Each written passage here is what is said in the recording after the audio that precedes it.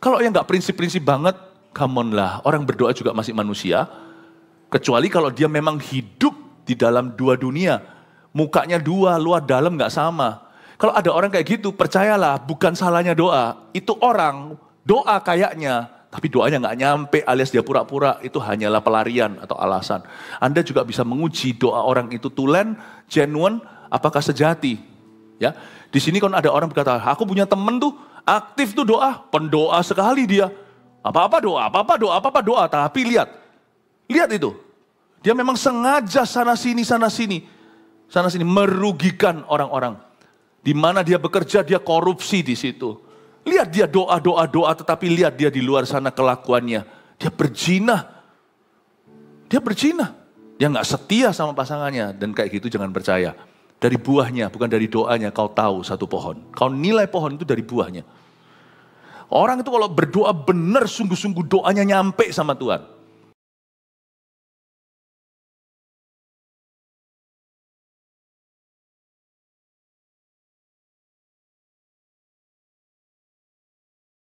Berkenan di hatimu ya Tuhan. Ajari kami, anak-anakmu untuk berdoa. Tuhan ajari kami untuk berdoa. Sebab kami tidak tahu bagaimana caranya. Kami harusnya berdoa. Guru Yesus, Engkaulah Maha Guru kami. Hanya Engkau yang bisa ajari kami bagaimana bersekutu dengan Bapamu di sorga. Yaitu Bapa kami di dalam sorga. Ajari kami semua, pakai hamba-Mu yang punya hubungan jauh dari sempurna hubunganku dengan Tuhan. Pakai hamba-Mu Tuhan untuk bisa membawa iman jemaat maju. Sembunyikan hamba-Mu di balik salib-Mu. Kami semua termasuk hamba belajar punya hubungan yang makin erat, makin dekat, makin intim dengan Tuhan. Ajari kami berdoa. Dalam nama Yesus, haleluya. Amin. Shalom semua, selamat siang, God bless you. Silakan duduk. Ini adalah ibadah yang ketiga. Seharian ini saya khotbah beda-beda seperti biasanya. Menu seharian sebagai berikut. Di kebaktian pertama tadi saya bicara soal integritas. Tahukah, sadarkah Anda, perkara-perkara penting di hidup ini biasanya dimulai dari tempat tidak terlihat. Tadi ibadah pertama saya jabarkan. Lalu ibadah kedua, kebaktian kedua, sekalipun topiknya sewaktu kita kira hidup kita selesai sudah tamat di sini, ada banyak pengharapan baru, tetapi di dalam ibadah ini Roh Kudus seperti gerakkan saya untuk mengatakan bahwa kalau siapa para suami di sini, kalau Anda ada yang merasa istrinya kok cerewet, itu berkat loh. Nanti didengarkan ya. Tadi saya jelaskan, Zipora, istri Musa itu artinya Twitter. Zipora itu artinya kicauan atau patukan burung. Tapi dia menyelamatkan suaminya. Nanti dengarkan sendiri, ada banyak pewahyuan-pewahyuan baru yang mungkin Anda belum pernah dengarkan. Langsung ke kebaktian sekarang, efeknya berdoa dan kurang berdoa. Efeknya apa kalau kita kurang berdoa? Kita langsung buka Lukas pasal 9, ayat 28 sampai 36. Saya bacakan dulu ya seluruhnya, oke? Yesus dimuliakan di atas gunung, begini firman Tuhan. Kira-kira 8 hari sesudah segala pengajaran itu, Yesus membawa Petrus, Yohanes, dan Yakobus lalu naik ke atas gunung untuk berdoa. Ketika ia sedang berdoa, rupa wajahnya berubah dan pakaiannya menjadi putih berkilau-kilauan. Dan tampaklah 2 orang berbicara dengan dia, yaitu Musa dan Elia. Keduanya menampakkan diri dalam kemuliaan dan berbicara tentang tujuan kepergiannya yang akan digenapinya di Yerusalem. Sementara itu Petrus dan teman-temannya telah tertidur, dan ketika mereka terbangun, mereka melihat Yesus dalam kemuliaannya, dan kedua orang yang berdiri di dekatnya itu.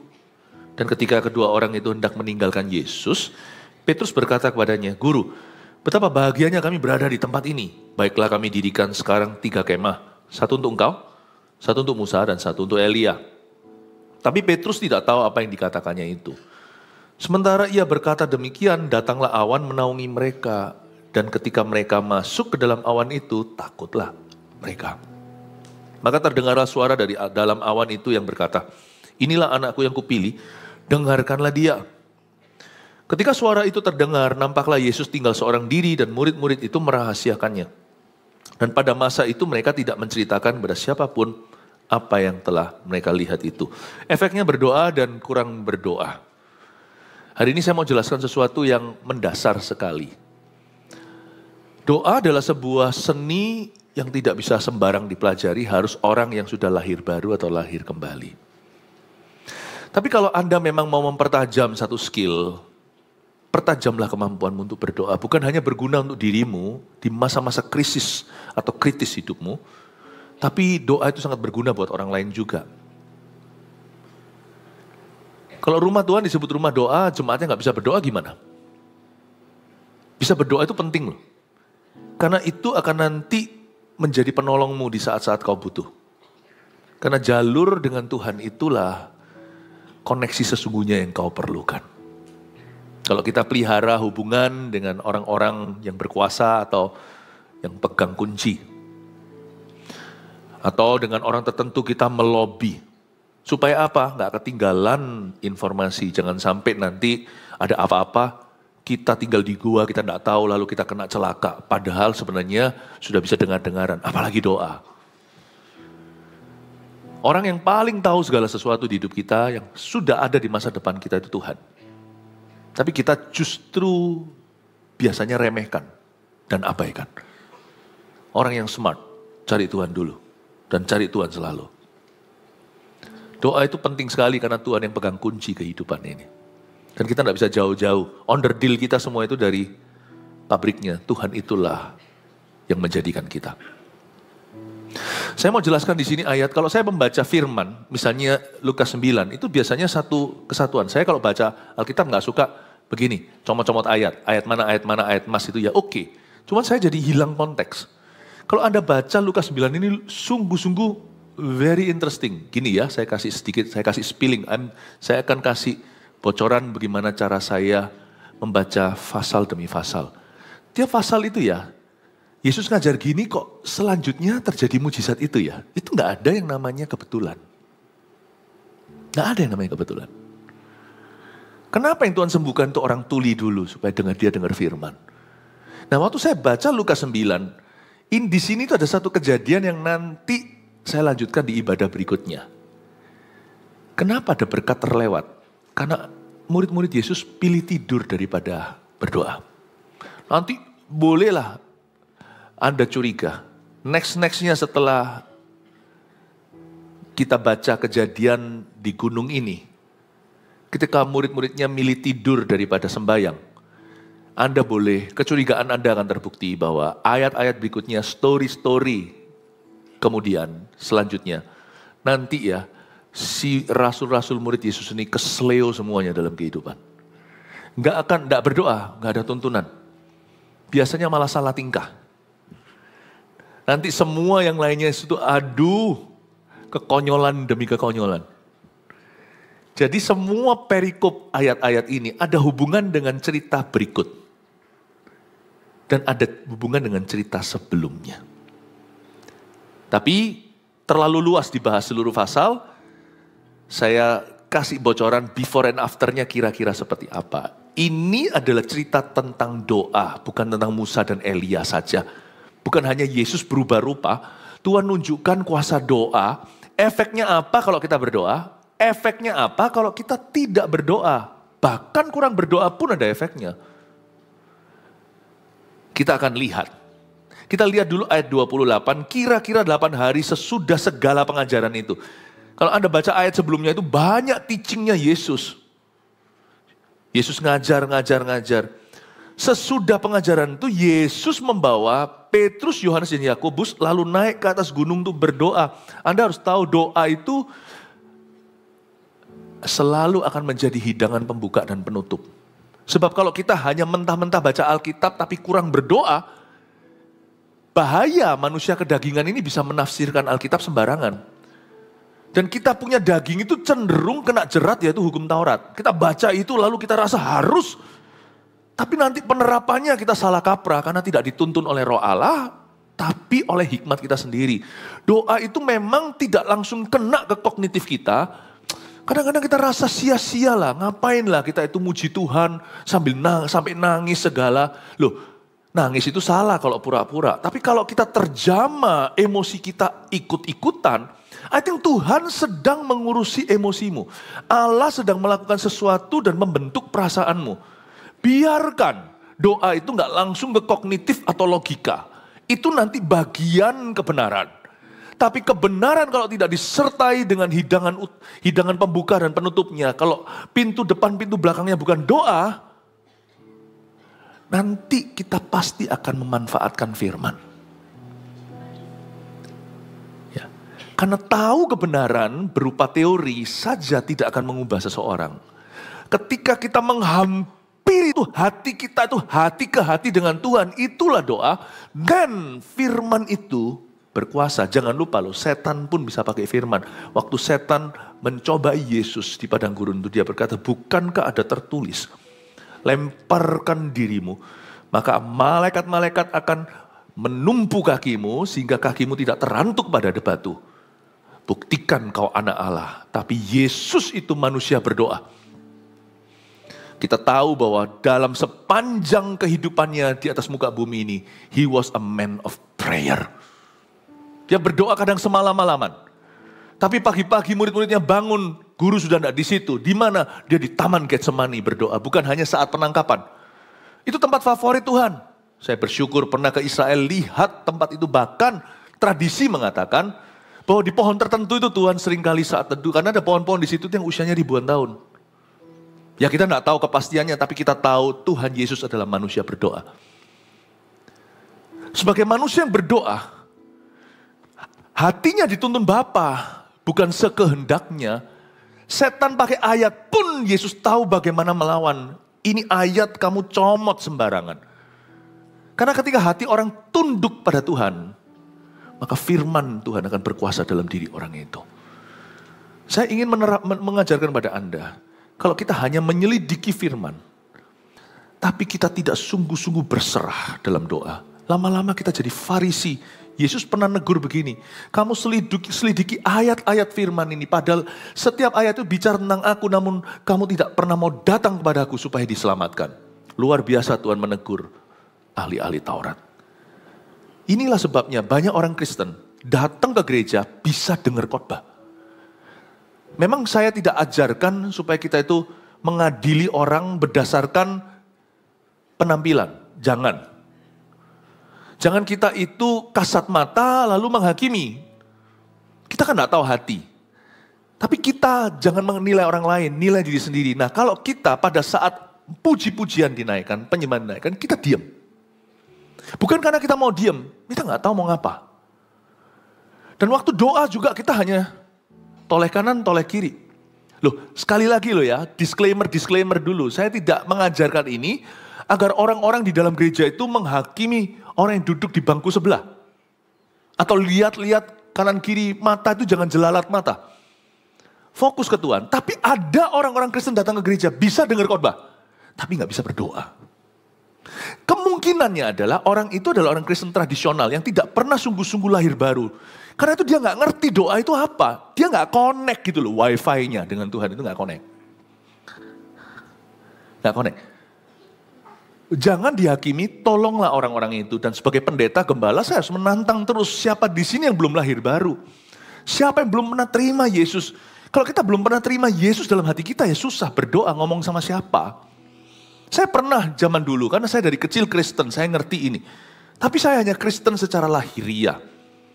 Saya tidak pernah lahir kembali. Kristen sejati itu lahir kedua kali, bukan lahir pertama langsung Kristen. Waktu dulu ya, saya pertama kali masuk ke gereja yang bukan hanya nyanyi himnal, karena zaman dulu saya itu pernah ke gereja waktu kecil, nggak ada yang salah dengan ini. Cuman saya nggak pernah ditantang oleh kakak-kakak rohani di tempat untuk saya terima Tuhan. Jadi saya nggak ngerti yang namanya menerima Yesus, punya hubungan pribadi dengan Allah, itu saya nggak ngerti semua. Saya kira ya sudah inilah gereja itu liturgi. Jadi dulu kalau kita nyanyi itu bacanya itu buku. Nggak ada yang salah dengan itu sekali lagi, tapi saya nggak pernah ditantang lebih. Jadi kalau kita nyanyi itu nyanyi tentang Tuhan. Singing about God. Ya, masuk telinga kanan, keluar telinga kiri juga nggak apa-apa. Tapi ketika saya masuk ke sebuah gereja, dulu waktu saya sekolah di Kanada, saya tiba-tiba dijangkau oleh sekelompok orang-orang yang beda dengan cara saya dibesarkan di gereja sebelumnya. Saya nggak ngerti yang gini, karena mereka bukan singing about God, mereka singing to God. Mereka bukan menyanyi tentang Tuhan, mereka nyanyi kepada Tuhan. Mereka bukan mengaminkan doa orang yang berdoa dan berkata amin, amin gitu aja. Tapi mereka semua diajari itu berdoa kepada Allah. Wah, ini susah. Jadi pada waktu saya masuk di tengah-tengah kelompok orang-orang yang Pentakosta ini, bukan hanya bahasa lidahnya yang membingungkan saya, apa ini? Tapi waktu saya masuk sana mereka semua merem, bukan lihat buku, itu sesuatu yang aneh bagiku. Kami memuji kebesaran-Mu. Semua orang angkat tangan begini, ada yang merem, ada yang nangis. Ajaib Tuhan, ajaib Tuhan. Semua ada juga yang gak merem, melek matanya tapi lihat ke depan. Kami memuji kebesaran-Mu. Ajaib Tuhan, ajaib Tuhan. Saya itu di antara jemaat. Saya lihat teman saya yang jangkau saya itu nyanyi sambil lihat ke depan. Di depan ada WL, pemimpin pujian, dan satu rombongan orang. Kami memuji kebesaran-Mu. Saya itu otomatis reaksinya gini. Saya lihat dia ngomong kami memuji kebesaran-Mu, saya lihat WL-nya. Kamu memuji kebesaran orang itu. Paham maksud saya? Saya nggak bisa lihat Tuhan dalam suasana itu. Karena sebenarnya meskipun saya Kristen, hatiku tuh sekuler sekali. Zaman dulu. Jadi saya bilang kami memuji kebesaran-Mu. Semua lagi lihat ke depan. Kebesaran siapa, Rek? Saya bilang begitu sama teman saya. Kebesaran siapa? Shh. Saya digituin. Oh ya sudah, ya sudah. Kebesaran siapa maksudmu? Kami memuji kebesaran-Mu. Ada yang merem. Waktu merem saya liatin teman saya di sebelah kiri, saya merem. Kamu merem itu kenapa? Ajaib Tuhan. Saya gak punya hubungan dengan Tuhan. Ajaib Tuhan. Kami memuji kebesaran-Mu. Saya lihat orang sebelah kiri saya.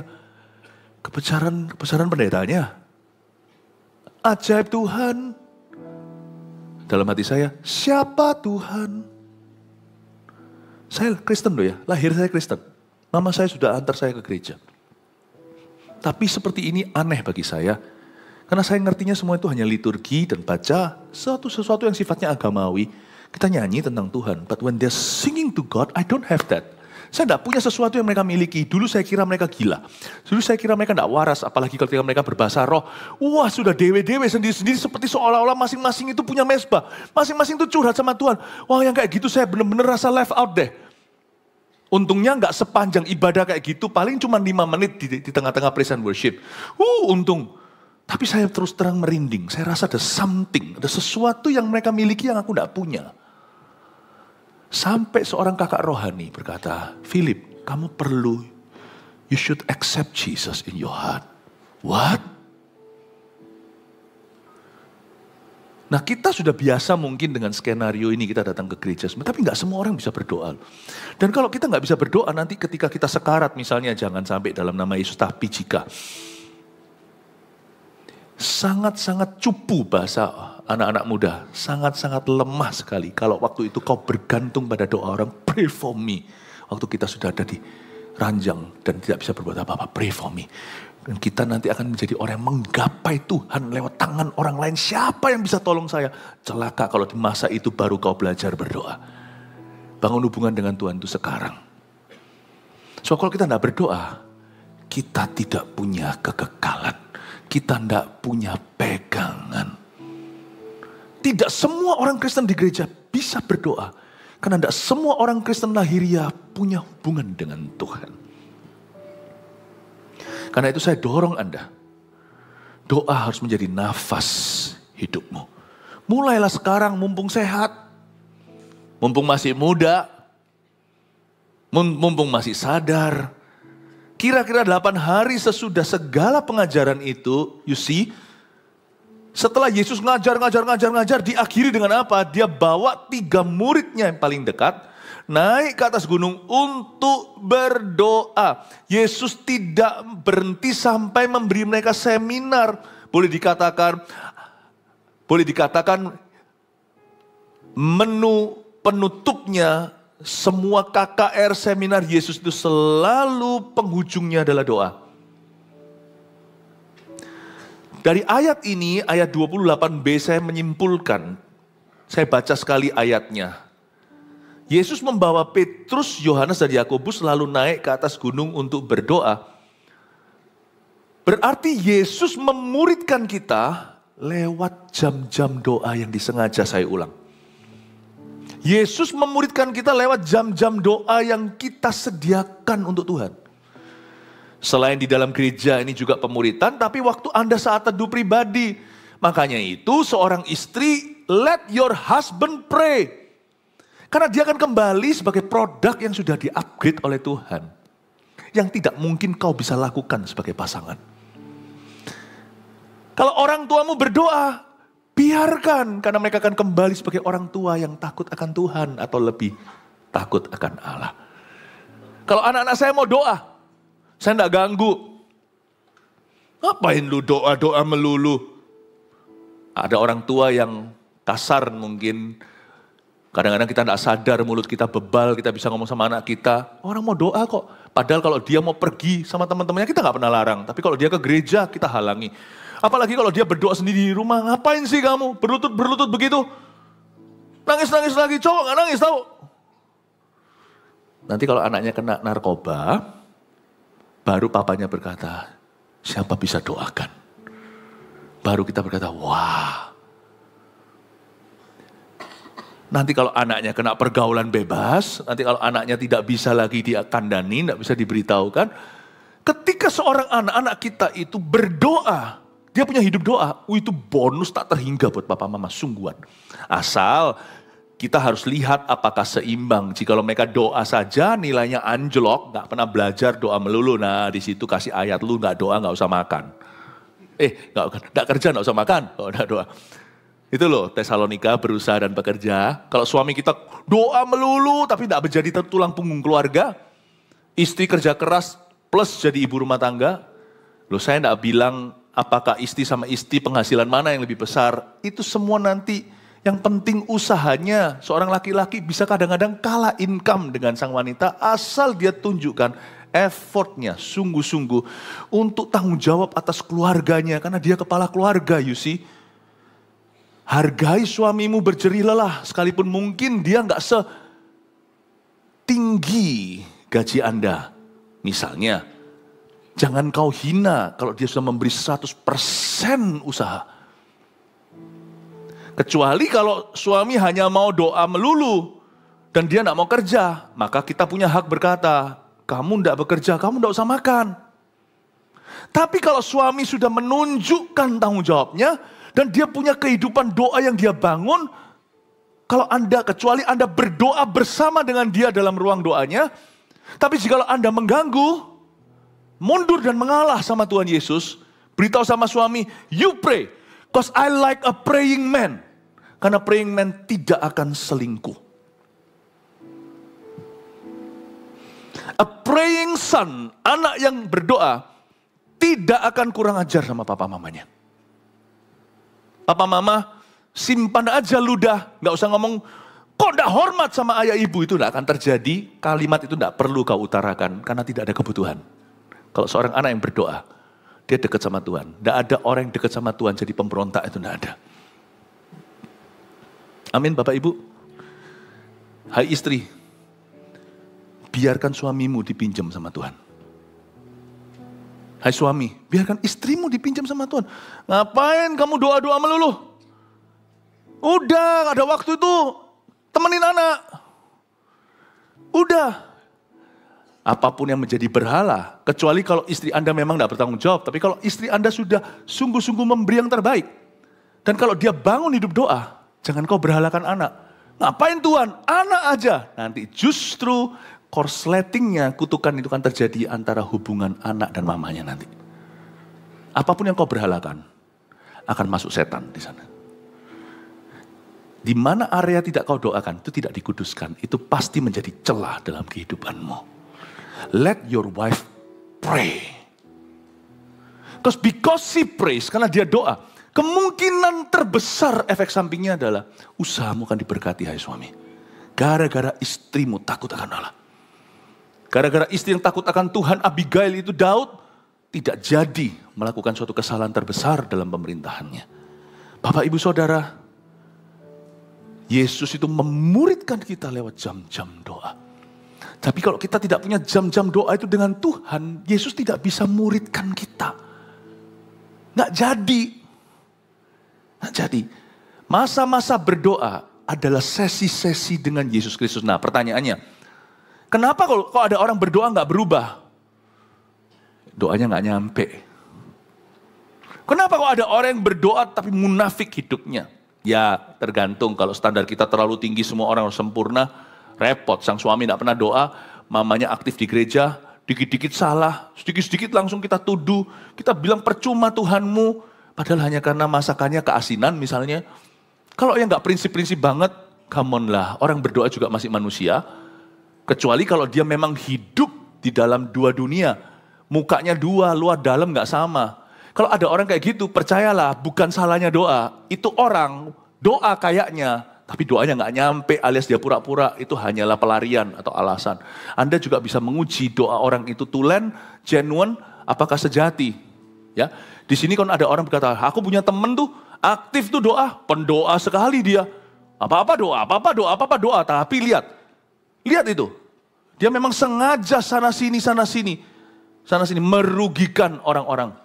Di mana dia bekerja, dia korupsi di situ.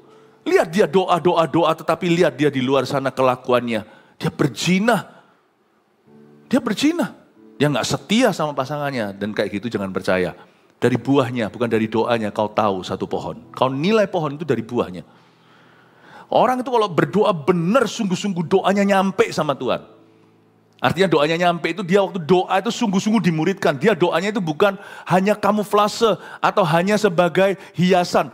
Kalau orang itu doa sungguh-sungguh, dia konsentrasi penuh dengan Tuhan, itu dia bawa hidup. Tuhan pasti akan obrak-abrik hidupnya, percayalah. Kita kalau doa yang nyampe sama Tuhan itu doa yang begini loh, yang doa yang masuk ke hadirat Allah. Yesus muridkan kita di jam-jam doa kita itu. Tuhan sungguh-sungguh muridkan kita.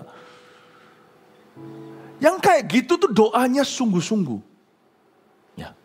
Tapi orang yang nampaknya berdoa tetapi hidupnya tidak keruan. Jangan kau mudah percaya. Anggaplah doanya hanya pura-pura. Tapi ya jangan keterlaluan. Dikit-dikit ada orang itu yang selalu cari salahnya anggota keluarganya yang Kristen. Wah, selumbar dicari padahal di mata orang. Padahal sebalok di matanya itu gak kelihatan. Nah yang gitu ya kita harus balance ya, kita harus seimbang. Tapi kalau itu sesuatu yang cengli, ya kita ngerti. Tapi kalau itu sesuatu yang tidak lumrah, kita lihat orang itu kayaknya doa, tapi di luar dia main wanita, padahal dia sudah beristri. Don't believe a thing that he's praying to God. He's using God's name in vain. Jangan percaya kalau dia berdoa kepada Tuhan, tapi justru sebaliknya dia memanfaatkan Tuhan. Dia memanfaatkan Tuhan, dia menyebut nama Tuhan dengan sembarangan. Amin Bapak Ibu. Tapi kalau Anda sungguh-sungguh berdoa, ingatlah bahwa Yesus yang membawa Petrus, Yohanes, Yakobus naik ke atas gunung untuk berdoa, Yesus perlu waktu-waktu doa untuk memuridkan Anda. Kalau Anda tidak provide waktu itu, Anda juga tidak akan nggak akan alami pemuridan Yesus dalam hidupmu. Saya ingat waktu saya nggak bisa tiap hari saya masih berdoa. Kalau saya tidak dimuridkan Tuhan di jam-jam doa saya, celaka. Saya ini orangnya keras. Saya masih ingat kok, apalagi dulu-dulu waktu saya baru bertobat. Setiap kali masuk hadirat Allah ya, saya nangis benar-benar. Saya itu orangnya paling anti cengeng padahal. Nangis kalau kadang waktu nyanyi 2-3 lagu atau lagu keempat, gimana saya pakai gitar ala kadarnya, kunci-kuncinya sebisanya.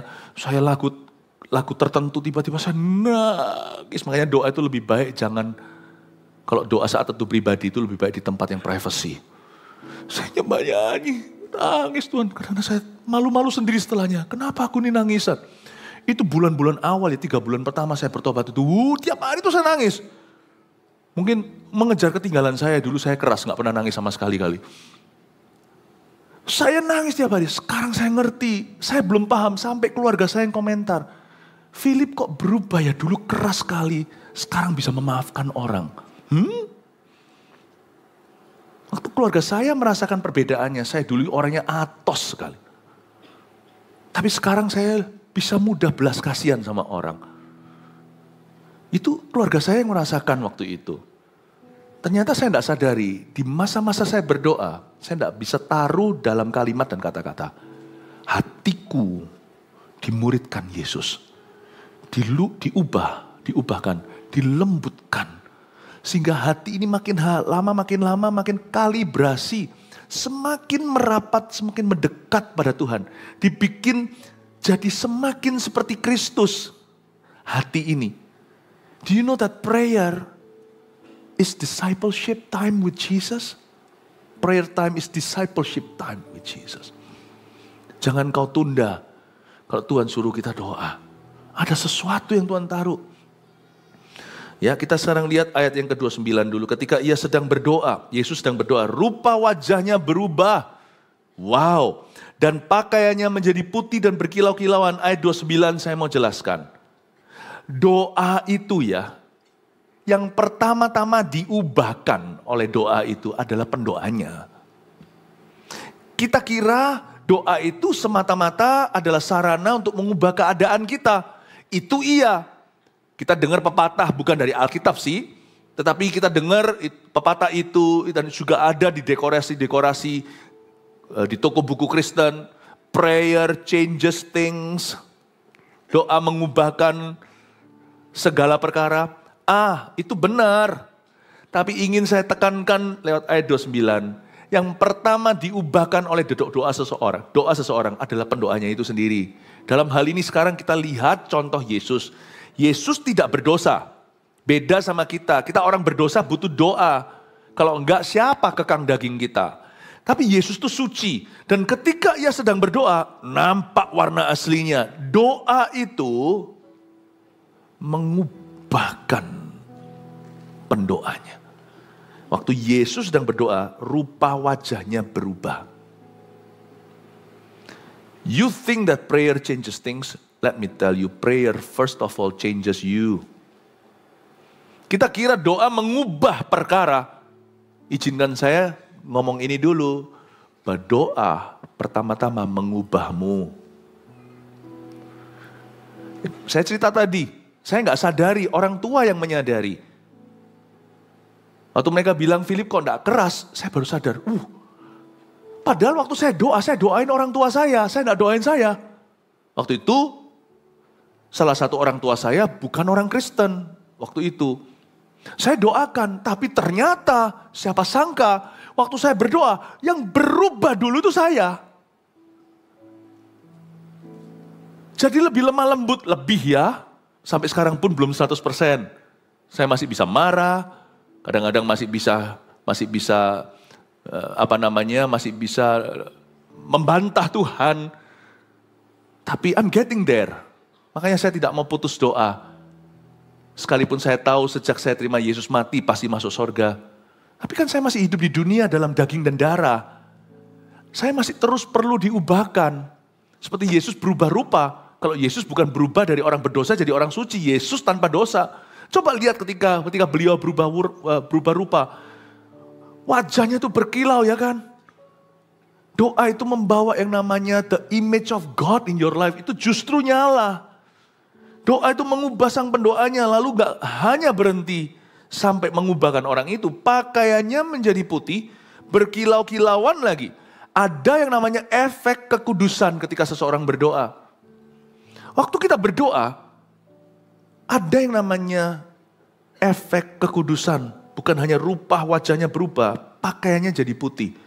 Di area-area kedagingan, area-area kompromi kita, area-area kita selalu kalah, selalu tergoda, selalu jatuh dalam dosa, area-area pencobaan, itu tiba-tiba ada efek ini. Pakaian kita menjadi putih. Seperti ada the beauty of holiness. Di area biasanya saya kalah selalu dengan daging saya. Saya maksudnya sih, mau taat sama Tuhan tapi selalu dikalahkan. Tapi sekarang di area itu saya menang. Doa itu membuat kita mengatasi kelemahan daging kita. Kelemahan karakter kita. Biasanya saya selalu ragu tapi sekarang mudah percaya. Tiap hari saya selalu mulai hari saya dengan berdoa berbahasa roh. Itu sebuah karunia, saya tidak sesali. Itu indah, itu berguna. Malam hari sebelum saya tidur, saya berbahasa roh lagi. Itulah setiap hari disiplin rohani. Saya selalu mulai hari dengan Roh Kudus, mengakhirinya dengan Roh Kudus. Karena saya tahu saya tidak bisa percaya diriku. Kalau saya percaya pada diri saya, aduh saya tidak tahu saya berakhir jadi apa. Pakaian menjadi putih itu berarti ada efek kekudusan. Ada kuasa di area-area kelemahan. Di mana bajuku itu seperti dicuci. Aneh ketika kita berdoa, kita bisa mengalahkan pencobaan. Ketika kita kurang berdoa, bukankah Yesus berkata gini sama murid-muridnya? Roh memang penurut, daging itu lemah. Berdoalah supaya kamu jangan jatuh dalam pencobaan. 3 kali Tuhan ngomong begitu waktu murid-muridnya pilih tidur di Getsemani. Padahal Yesus sudah mau diserahkan. Karena mereka tidak berdoa ya lumrah. Petrus menyangkali 3 kali sebelum ayam berkokok 2 kali.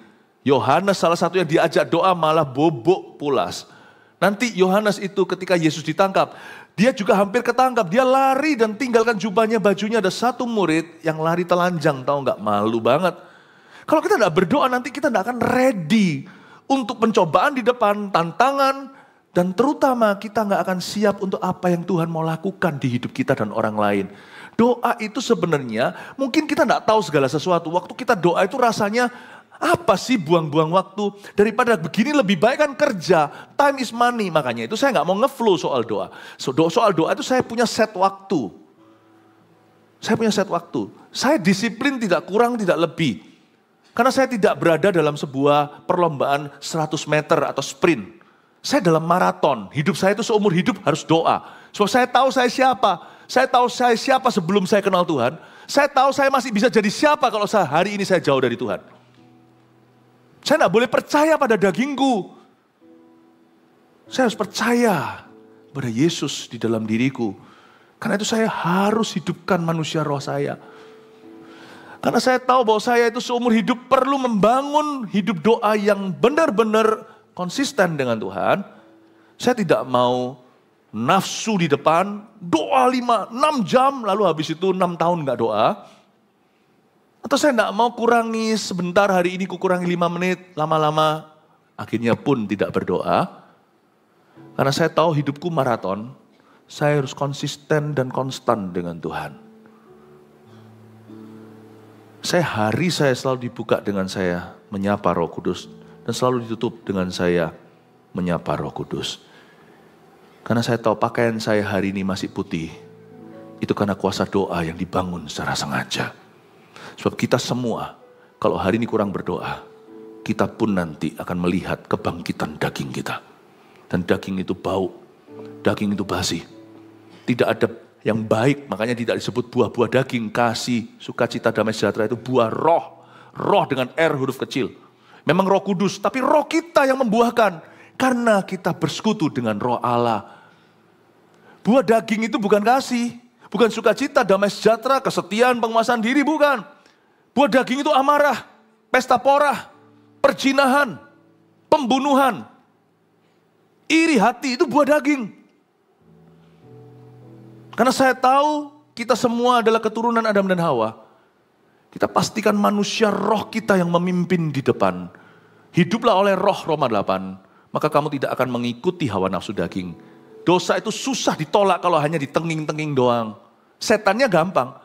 Tapi keinginan dalam diri kita yang menyeret kita dalam dosa itu hanya bisa dikalahkan ketika kita sembahyang, ketika kita berlutut di hadapan Tuhan, ketika di kaki Yesus, kita mendapatkan kuasa supranatural.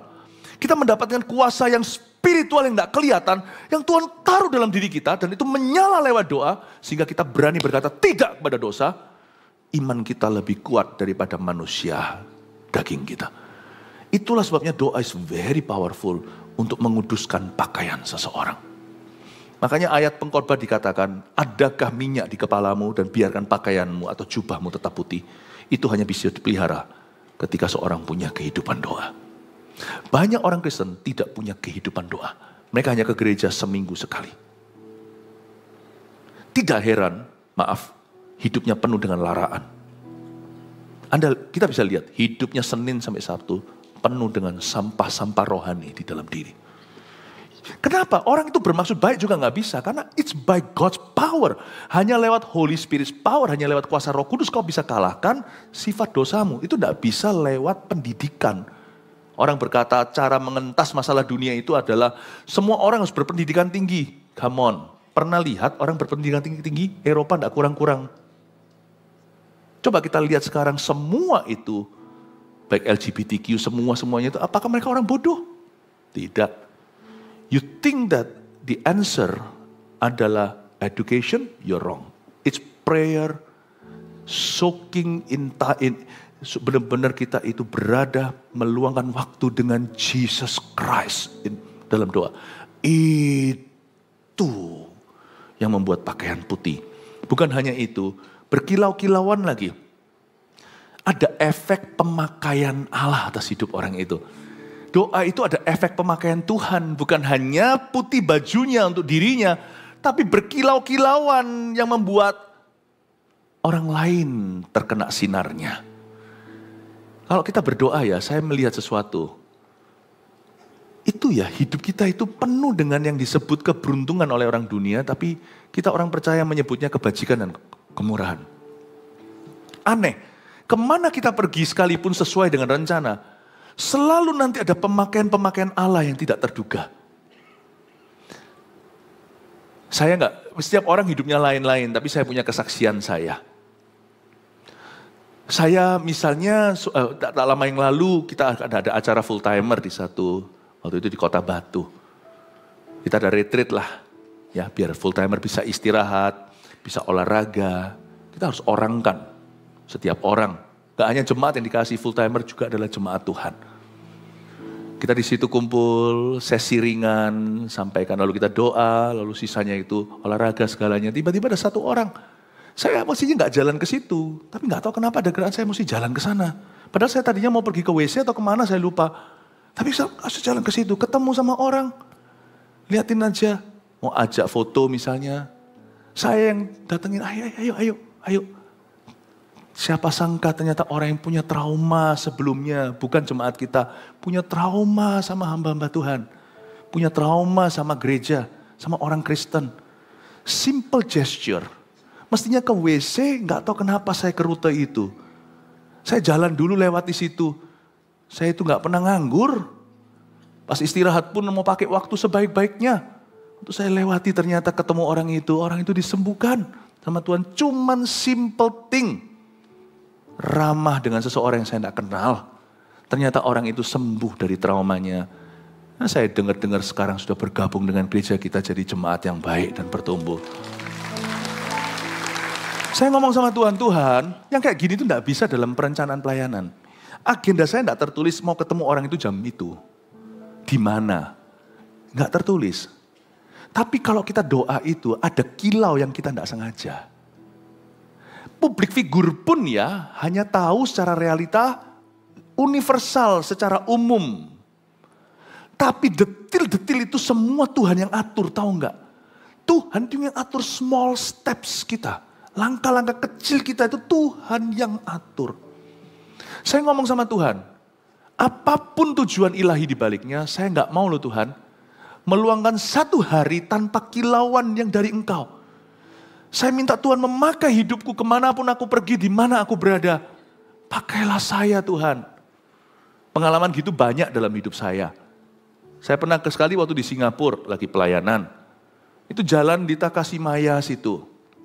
Lucu sih kadang-kadang itu gak ada artinya, bukan soal sorga dan neraka. Saya tidak kepingin, udah lapar, udah tahu makanan mau dituju. Misalnya kita mau makan nasi ayam di mana gitu ya, misalnya ya. Bisa saya kepingin masuk ke mall itu. Saya itu bukan orang yang nge-mall. Ya, lalu habis itu datang ke sana. Khusus ajak keluarga saya, borong-borongan semuanya. Cuma masuk lewat food courtnya Takashimaya situ, keliling balik lagi keluar untuk pergi ke restoran. Ngapain?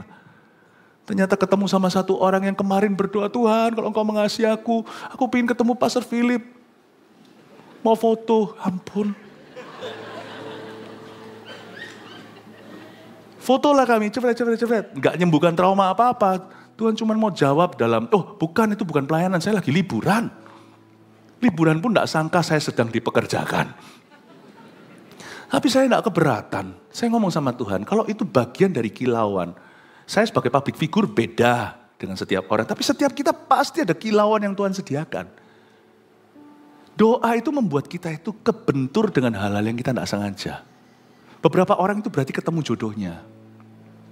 Beberapa orang itu ketemu orang-orang yang jadi jawaban nanti dalam bisnisnya.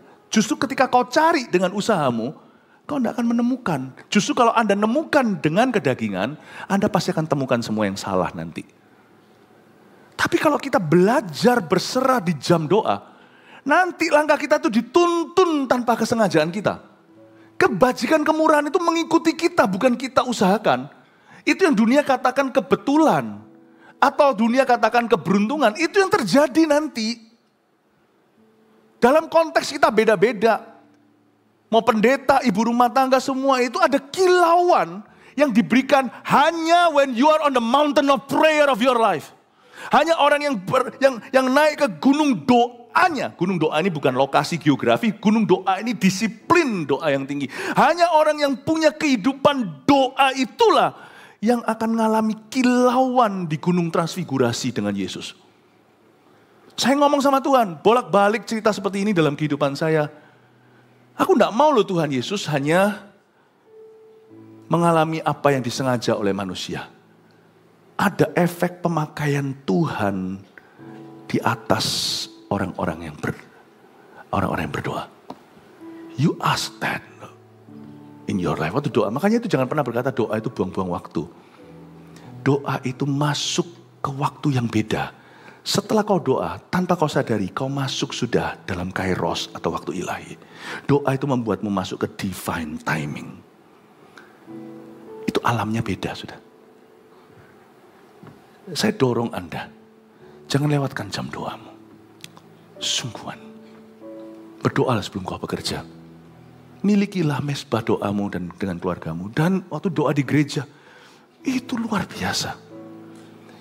Kebaktian ini juga jam doa. Bangun hidupmu. Waktu kita lagi doa, jangan ini. Kebaktian itu bukan show, semua orang lihat ke depan. Kami memuji kebesaranmu, kebesaran siapa sih? Waktu kita datang sama-sama doa secara korporat itu powerful.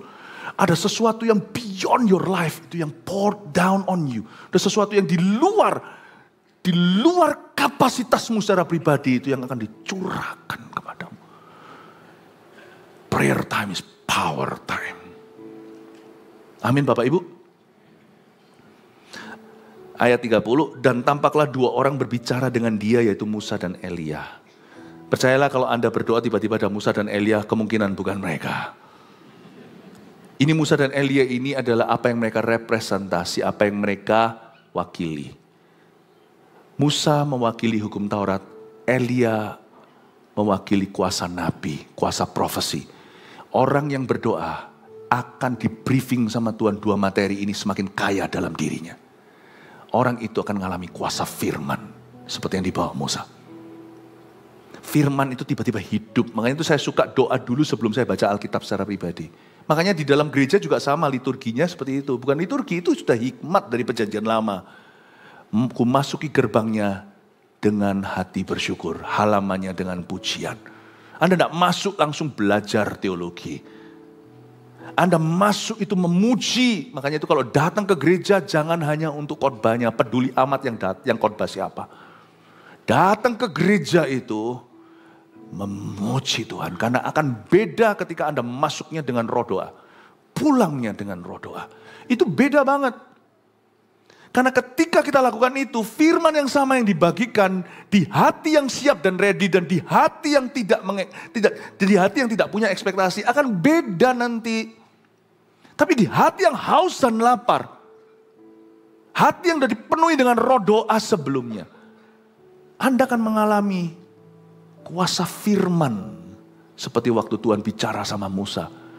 Akan terjadi fulfillment of the word. Ini bukan hanya the preaching of the word, ya, bedain. Yang namanya pengajaran firman itu luar biasa. Tahu nggak, yang sama luar biasa, lebih luar biasa, tapi yang berikut ini hanya diberikan kepada mereka yang sungguh-sungguh punya roh doa ketika dengar firman. Penggenapan firman. Listen to me. That is God doing, not humans doing. Not human doing. Itu hanya Allah. Fulfillment of the word itu hanya pada orang-orang yang hatinya penuhi dengan roh doa waktu menerima firman. Itu beda. Itu beda sekali. Lalu Elia ini bicara tentang kuasa nabi, kuasa doa. Di dalam nama Yesus yang Paulus beritakan, kau setan keluar. Anak-anak Skewa, tengking setan pada seseorang. Lalu legion lah katakanlah, atau pokoknya orang yang kesurupan itu berkata, Yesus aku kenal, aku tahu. Paulus aku kenal. Kamu siapa? Kita bisa pakai semua metode yang diajarkan firman. Takkan ada kuasa di mulutmu, di hidupmu, dalam keputusanmu. Takkan ada kuasa dalam doamu. Kalau kita hanya main teori belaka, firman ini akan dibiarkan Tuhan selamanya jadi logos. Jadi teori di tangan Anda, teori hanya di dalam pikiran Anda, tidak akan pernah menjadi pedang bermata dua. Tuhan itu tidak bodoh. Orang tidak sungguh-sungguh dengan dia, masa Tuhan izinkan ayat-ayat itu dimanfaatkan? No. Kamu menyelidiki Alkitab, tapi tidak datang ke aku, kata Tuhan. Kau kira lewat teori ini kau selamat. You come to me. Tuhan bilang sama orang Farisi. You see, orang yang berdoa akan mengalami kuasa nabi. Dan selain itu kalau kita baca ayat ini, kita menemukan dalam hidup Yesus sendiri di atas muka bumi.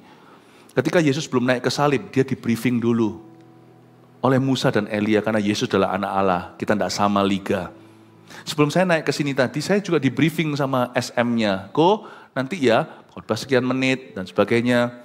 Nanti ada lagunya ada 5 lagu, lalu habis itu nanti lagu terakhir, naik di menit keberapa, setelah nanti bagikan firman, apakah ada ayat tambahan, nanti apakah ada pesanan lagu setelah firman, nanti mau lagu apa, oh terserah sama nanti WL-nya ya, Pastor Redo nanti yang akan tentukan. Jadi saya di briefing dulu, ibadah itu penting, Yesus belum naik ke salib, di briefing dulu.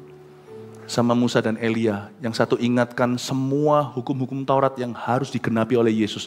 Di atas salib setiap kata kalimat adalah penggenapan. Eloi, Eloi lama sabachthani, sudah selesai. Ampuni Bapa, ampuni mereka, mereka tidak tahu apa yang mereka perbuat. Semuanya itu tidak ada dari mulut Yesus keluar kata-kata sia-sia. Aduh, sakit-sakit mana ada. Musa sudah jelaskan, di briefing dulu. Dan Elia dari sisi semua profesi akan digenapi. Orang yang berdoa tidak tahu segala sesuatu, tapi semua yang dia perlu tahu pasti diwahyukan di waktu-waktu berdoa dia dengan Tuhan. Orang berdoa itu sedang di briefing oleh malaikat, sadarkan Anda. Kita nggak ngerti, setelah doa juga, apalagi kita dalam masalah, keluar juga kita masih garu-garu kepala, I don't know dari sini aku mau kemana. Tapi semua perkara yang perlu kau ketahui, kalau kita doa sungguh-sungguh, baik itu di gereja maupun secara pribadi, kita akan di briefing oleh Tuhan. Jadi kalau sampai saya tidak tahu segala sesuatu, I'm fine, thank you. Berarti saya nggak perlu. Kalau saya berdoa, saya tahu sedikit atau tahu tambah banyak. Pokoknya semua setelah saya berdoa itu, pengetahuan yang saya dapat, itu sudah cukup untuk membawa saya di jalan kemenangan di depan. Orang berdoa itu di briefing sama malaikat. Makanya itu kalau saya berdoa suatu hari, saya nggak ngerti. Setelah doa ya rasa biasa. Orang berkata doa selalu rasa listriknya, kadang iya kadang enggak. Bukan itu, bukan di dalam feeling. Waktu saya berdoa, saya tahu Tuhan ada di hidup saya. Barang siapa mencari Tuhan, dia harus percaya Allah itu ada, kata Ibrani. Dan bahwa Allah memberi upah kepada barang siapa yang sungguh-sungguh mencari dia. Saya berdoa, kadang saya merasakan sesuatu, kadang tidak. Setelah saya selesai berdoa, misalnya, besok lusa, kadang-kadang doa itu ada yang dijawab berapa hari kemudian, berapa bulan. Bisa tumpuk-tumpuk overlapping gitu, doa besok nanti untuk, nggak tentu Tuhan punya waktu itu setiap kali kita doa itu di briefing apa. Nah misalnya saya ketemu dengan orang tertentu, saya ingat, waktu saya ketemu itu tiba-tiba klop. Rasa seperti kayak saya pernah ketemu orang ini nggak asing lagi. Ada semacam intuisi-intuisi yang saya tidak pelajari, waktu ketemu orang tertentu dan saya tahu saya mau ditipu. Saya tahu orang ini ada something wrong di dalamnya, bukan menghakimi.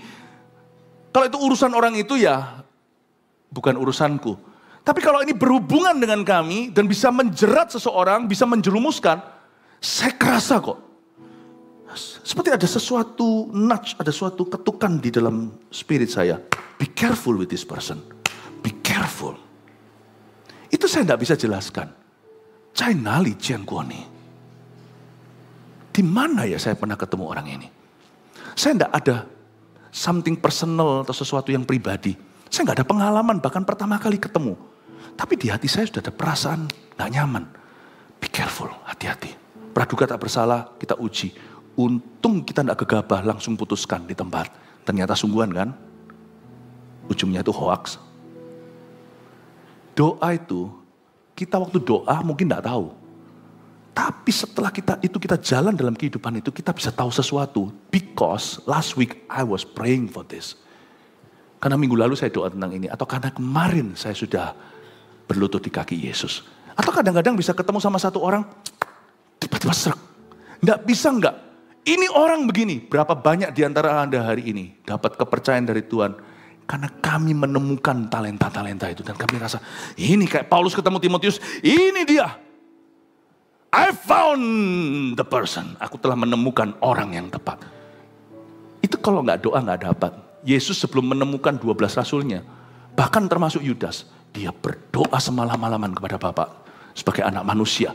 Sekalipun Yesus anak Allah yang maha tahu, dia berdoa semalam-malaman kasih teladan. Sebelum kau pilih orang, ada intuisi-intuisi tertentu. Pengetahuan-pengetahuan yang sifatnya bukan kau pelajari di sekolah.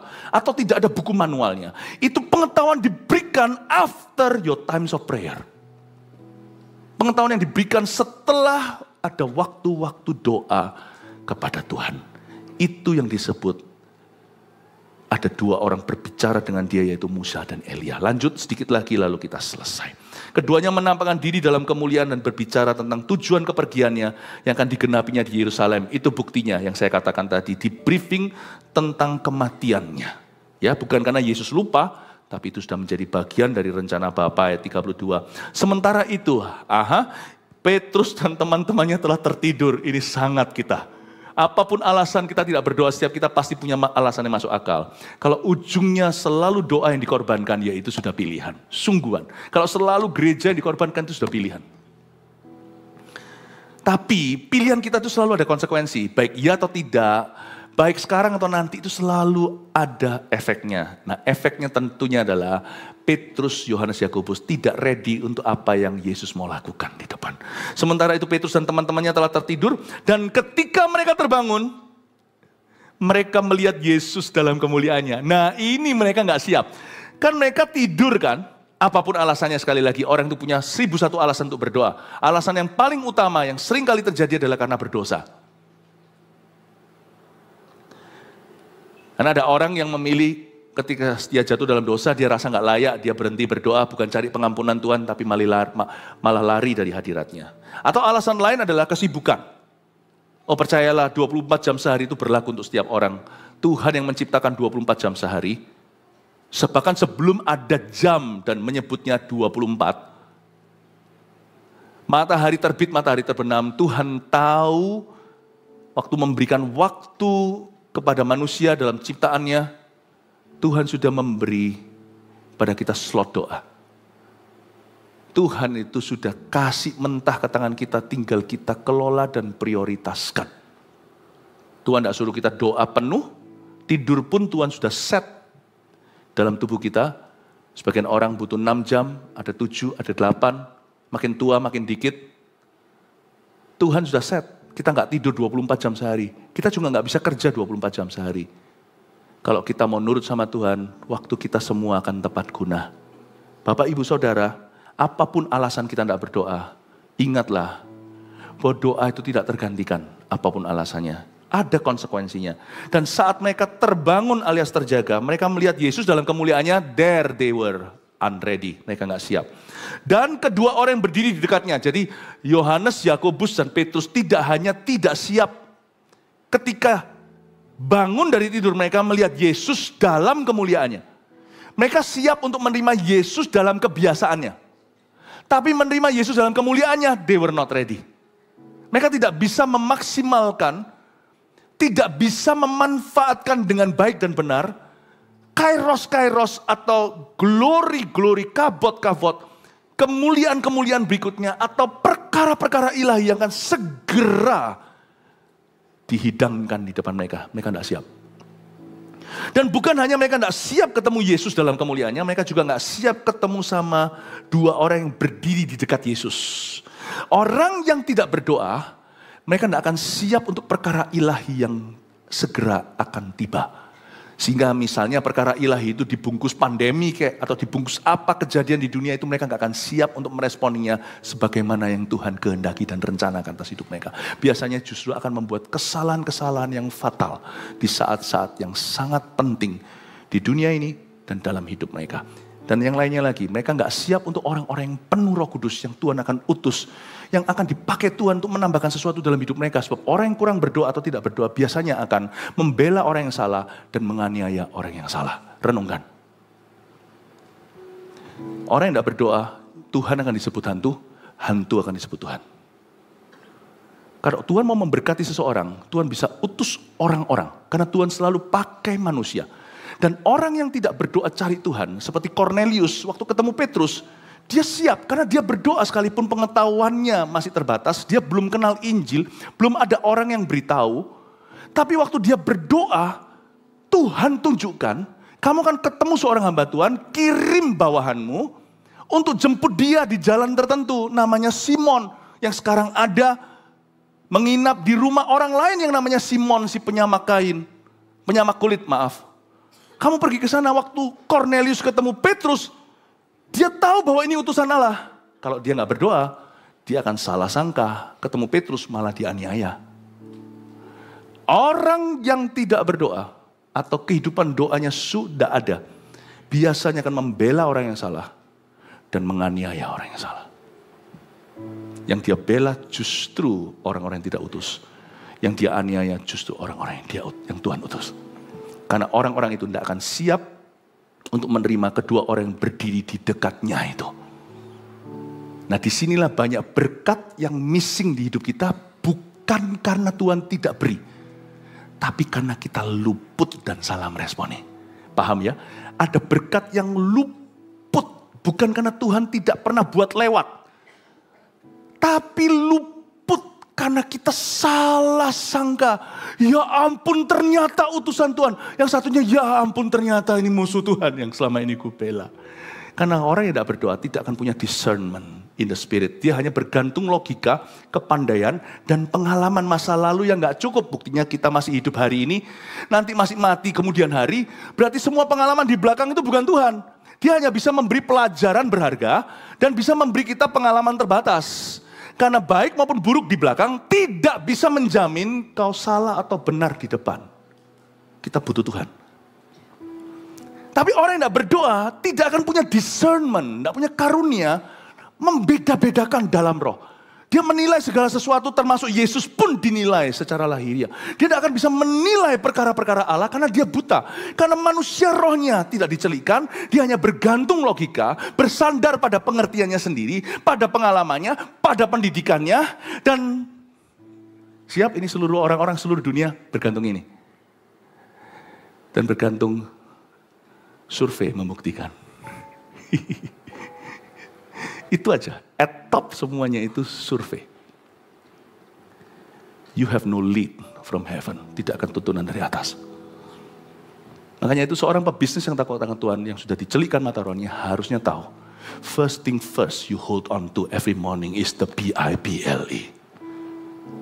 Hal pertama yang kau dapatkan tiap pagi itu ini. Ibu rumah tangga harus tahu. Parenting itu beda, anak satu, anak dua, anak tiga, anak cuma dua doang. Satu dengan dua aja beda, anak satu aja setiap musim dia bisa berubah-ubah. Kayak gak kenal anakku ini dulu 14, umur 14 gak begitu, sekarang umur 16 kok beda. You need Jesus. Amin Bapak Ibu.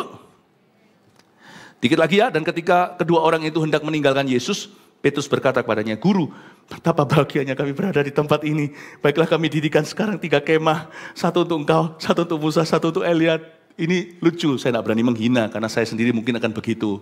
Kalau tidak berdoa, muncullah yang namanya orang yang latah di hadirat Allah. Itu kalau bahasa Gen E-nya hari itu yapping. Mungkin anak kecil tahu ya, stop yapping. Yapping itu ngomong tapi nggak ada maknanya, nggak ada bobotnya. Yapping, bla bla bla bla bla bla bla gitu loh.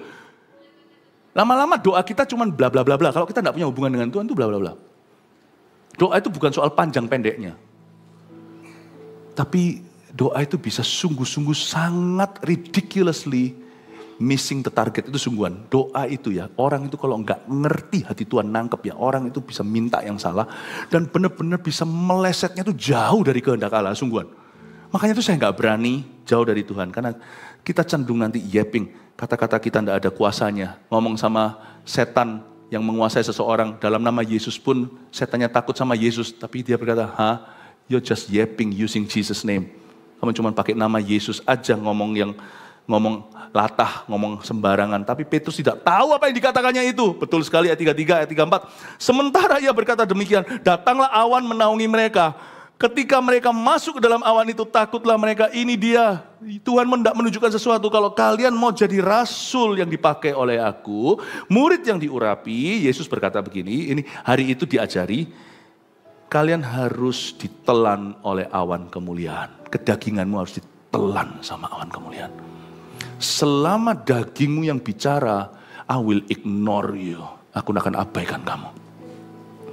Tuhan berkata, aku akan ignore you. Lihat ya, Yesus gak respon. Ini lucu sekali karena setelah mereka ngomong, Petrus kan ngomongnya yang itu. Dia gak tahu dia ngomong apa. Guru, tak siapin ya tenda pramuka, satu untuk engkau, satu untuk Musa, satu untuk Elia. Coba lihat ayat 34. Belas sama sekali tidak ada reaksi dari Tuhan. Tuhan tidak merespon. Pernahkah Anda merasakan hidup kita, proyek kita Tuhan tidak responi? Karena apapun yang tidak dari hasil doa, itu adalah yapping ke sorga. Dan Tuhan tidak responi. Tuhan seperti tidak seolah-olah tidak ada yang terjadi. Jangan marah loh kalau kita itu di ghosting sama Tuhan. Apa itu bahasanya? Ghosting ya? Bukan di ghosting, Tuhan tidak pernah ghosting. Tapi jangan marah ya. Jangan panas hati kalau kita seperti didiemin sama Tuhan. Sebab Tuhan tidak bertanggung jawab untuk meresponi segala sesuatu di hidupmu. Apa yang dibangun oleh daging, Tuhan tidak terlibat di dalamnya. Bapak, Ibu, Saudara, Pak Petrus itu didiamkan sama Tuhan. Dan sementara ia berkata begitu, awan telan dia. Kalau Tuhan mau bekerja lebih dalam hidupmu, dagingmu harus dikikis. Dan tahu gimana caranya daging bisa dikikis? Lewat jam-jam doa, itu terkikis.